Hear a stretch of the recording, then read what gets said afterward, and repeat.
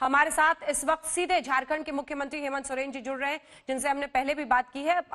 मुख्यमंत्री, बीते दिन आपकी जो बैठक हुई थी, उम्मीद करते हैं आपकी पीएम आज बड़ा ऐलान कुछ कर सकते हैं, कुछ ऐसे संकेत जिसके जरिए लोग ये समझ पाए कि आज पीएम क्या बोल सकते हैं रात 8 बजे। हेमंत जी,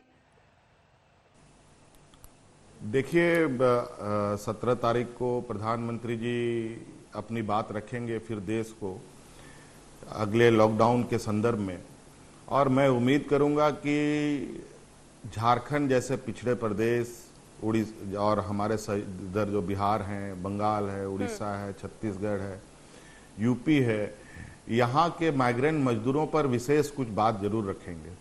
जिस तरीके से विगत 40-50 दिनों के अंदर अभी जो हमारे प्रवासी मजदूरों का जो एक कंटिन्यूअस बहाव बरसों से था, अलग अलग राज्यों में लोग पहुंचते थे, रोजगार का हिस्सा बनते थे, आज वो बहाव बिल्कुल डाइवर्ट होकर के वापस अपनी गांव की ओर चल पड़ा है। और हालात इतनी बुरी है कि लोग ट्रेन में कट के मर रहे हैं, महिलाएं सड़कों पर प्रसव कर रही हैं, लोग चलते चलते मर जा रहे हैं, ये हालत है। तो मुझे लगता है कि मजदूरों के विषय पर जरूर इनका कोई ध्यान देंगे, क्योंकि जिस तरीके से देश की अर्थव्यवस्था के पहिए को घुमाने में इनकी भूमिका रही है, ये किसी से छुपा नहीं है, चाहे वो संगठित क्षेत्र हो चाहे असंगठित क्षेत्र रहा हो। इन दोनों क्षेत्रों में इन लोगों की एक बड़ी भूमिका रही है। और आज कहीं ना कहीं आने वाला समय में भी इन मजदूरों की एक बड़ी भूमिका इस देश की अर्थव्यवस्था बिल्कुल। और इसीलिए हेमंत जी इसीलिए ये पटरी पर कैसे पूरी परिस्थिति आए, इसी पर पूरे देश की नजर है। पीएम रात 8 बजे बोलेंगे, लेकिन जो प्रवासी मजदूरों की वापसी है उसको लेकर आपने पहले भी कहा था कि झारखंड को लेकर आप भयभीत हैं कि परिस्थिति खराब ना हो। आप झारखंड में कोई भी छूट देने के पक्ष में भी नहीं रहे। इस वक्त राज्य की क्या परिस्थिति है और अगले फेज के लिए एक तरह से कितने तैयार हैं आप? देखिए, हमने तो पहले ही कहा था कि हमारी समस्या उस समय नहीं थी, हमारी समस्या तो अब बढ़ेगी जब प्रवासी मजदूर आएंगे। हाँ। और संक्रमित होकर के आएंगे। और आज इसकी वजह से ही आज जो तो थोड़ी बहुत हमारे पास ये लोग की जनसंख्या बढ़ी है, सो वो प्रवासी के ही लोग हैं। और ये बात खुशी की बात है, हमारे यहाँ जो रिकवरी रेट है वो 50% है, ये हमारे राज्य के लिए एक बेहतर संकेत है। लेकिन हम अभी आकलन करने की स्थिति पे नहीं है जब तक सारे मजदूर या अधिकतम संख्या में मजदूर राज्य में ना आ जाए।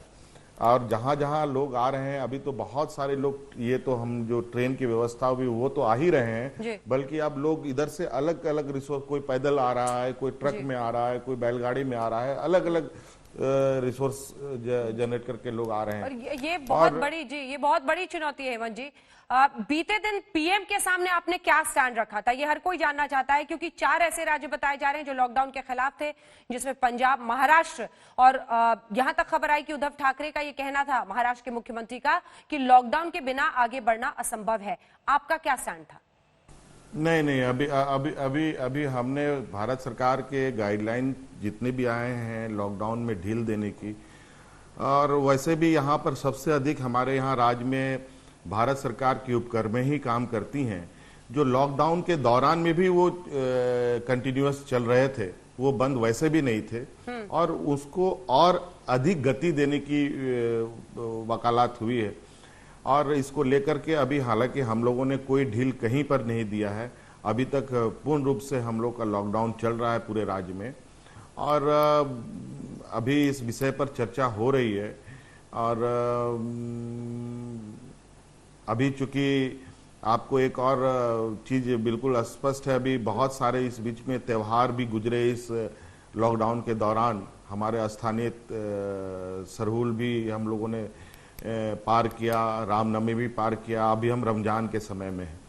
और हमको लगता है कि रमजान के समय में अभी लॉकडाउन खोलना, मुझे लगता है कि एक और स्थिति उत्पन्न हो सकती है जब लोग अचानक बाहर निकलेंगे अपनी जरूरतों को पूरा करने के लिए, तो स्थिति और खराब हो सकती है। अभी तक हम लोगों ने इस विषय पर कड़ी नजर रखी हुई है। इसको कई चीजों को ध्यान में रखकर अभी हम लोगों ने लॉकडाउन नहीं खोला है जी और अगला जी बहुत धन्यवाद आपका। बड़ी बात आपने कही, आपका ये मानना है कि लॉकडाउन अभी खोलना ठीक नहीं है और रमजान के महीने में एक बार फिर से लोग बाजारों में ना निकले, सोशल डिस्टेंसिंग की धज्जियां ना उड़े, और इसीलिए आप ऐसा मानते हैं कि लॉकडाउन अभी चलना चाहिए, लेकिन जीवन भी और आजीविका भी। धन्यवाद आपका हमारे साथ जुड़ने के लिए।